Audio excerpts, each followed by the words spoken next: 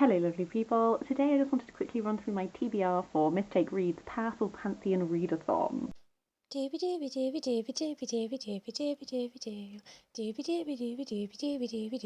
Sophie Vlogs! This readathon is taking place throughout the month of July.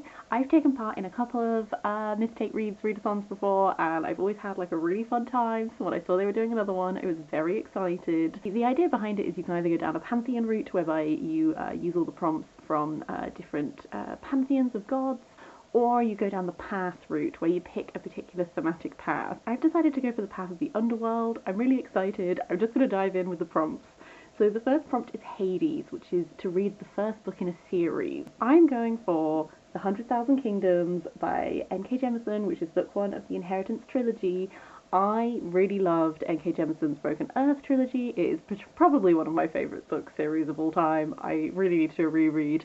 So I'm really excited to dive into another one of her series. This one seems very different, but that's why I'm excited about it. This seems like it's going to have a lot of like intrigue and power struggles. I know that the character we're following, she's from the barbarian north, her mother dies, and she's like summoned to the City of Sky, and she's named as one of the potential heirs to the 100,000 Kingdoms. But then this means that she's now thrown into a power struggle with some cousins that she didn't even know she had, and I think that this is going to be one of those fighting to survive, sort of like trying to get this position, but also maybe discovering a bit more about her mother's death that she didn't know. At this point, I feel confident that I will give anything N.K. Jemisin has written a go, because I just think that she seems like a really interesting writer, so I'm very excited to get to this one. The second prompt is Hell, which is read a book with two perspectives.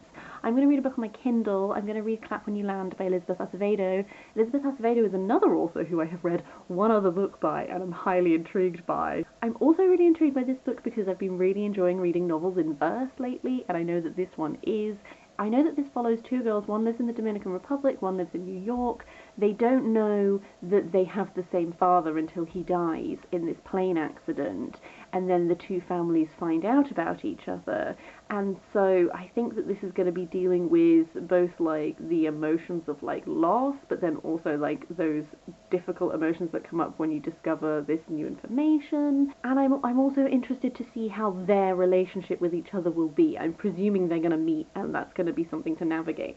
Essentially, Elizabeth Acevado is another one very similar to N.K. Jemisin, where I'm like, I really enjoyed the first book of hers that I read with The Fire on High. I really enjoy the medium of novels in verse, so I think that this is going to be another author that I'm just going to like really enjoy exploring, so I'm excited to try a second book. The third prompt is Osiris, read a book with a green cover. I've gone for Inkheart by Cornelia Funke. This is a very classic children's middle grade book that I have heard a lot of really good things about and I've never read.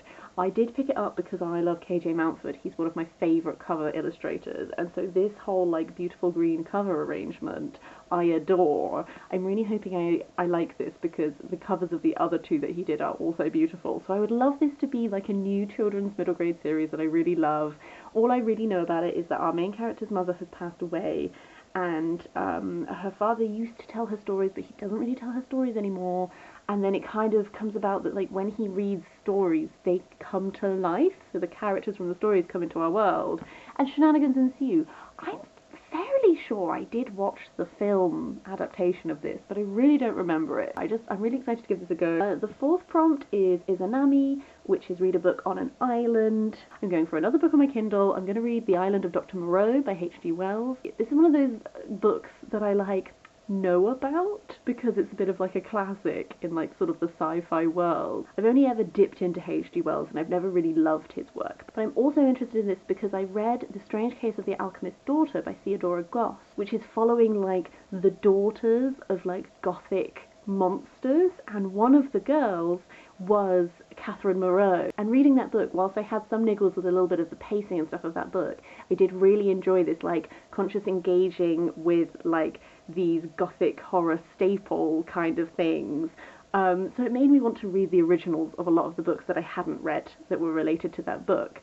So The Island of Dr Moreau, all I really know about is that I think someone gets like shipwrecked or crashed onto this island. They discover Dr. Moreau, who's creating these like human-animal hybrids, or like it's something to do with animals that can talk. I'm very interested. I hope that I like it more than previous H.G. Wells books that I've read, but we'll see. The next prompt is Aloran, which is main character creates something. I think this is the one that I found trickiest to find a book that I already owned for. I've gone for two because I'll pick up whichever one I feel like at the time. The first option I have is On the Come Up by Angie. All I really know about this is the main character really wants to be a rapper, and so I've gone for like she's creating songs and raps. I've never read any Angie Thomas, but I know that she is really well loved. I also don't really know a lot about rap music, but I am interested to see this story of this young girl who is like passionate about her art, but then also has all these pressures about succeeding in order to try and help her family and that kind of thing. So I think this is going to be a really compelling one. Sort of on a similar vein, the other option I have for this is Utopia Avenue by David Mitchell. This follows a psychedelic band in the 60s based in London, and it's kind of one of those that sort of like just like follows like the rise and fall of the band. I've had some hit and miss times with David Mitchell. Some of his I've enjoyed, some of them I haven't really enjoyed. So I gave up reading him for quite a while, but this book did sound really interesting, and I do like 60s music and that kind of thing, so I thought that this one also might be fun. Yeah, that's my TBR. The special power that I get on the Underworld Path is that you can DNF a book. I'm hoping I won't need to, but it is nice to have it as an option just in case. I would love to know if you're taking part in the readathon. What path are you doing? What path tempts you? It was really hard to pick one. I would also love to know what books you would have picked for these prompts. Do let me know. Please do leave a comment down below if you fancy it. Otherwise, I will see you next time for something different, and in the meantime, I hope you have a lovely day.